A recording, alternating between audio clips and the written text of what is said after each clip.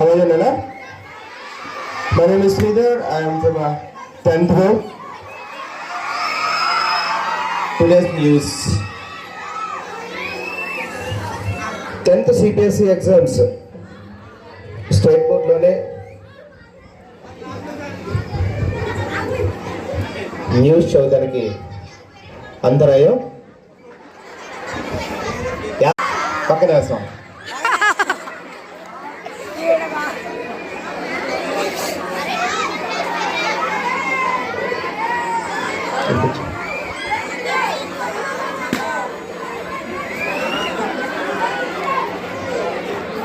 వార్తలు చదువుతున్నది స్వరూప కృష్ణ.